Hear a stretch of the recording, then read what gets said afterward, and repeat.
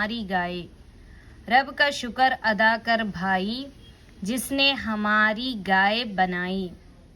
اس مالک کو کیوں نہ پکاریں، جس نے پلائی دودھ کی دھاریں۔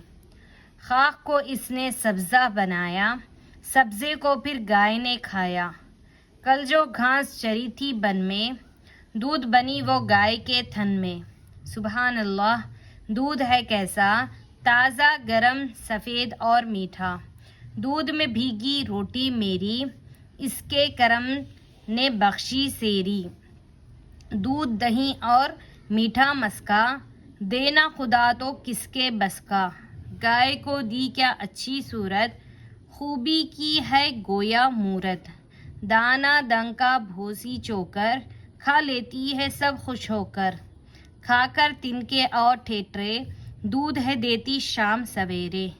کیا ہی غریب اور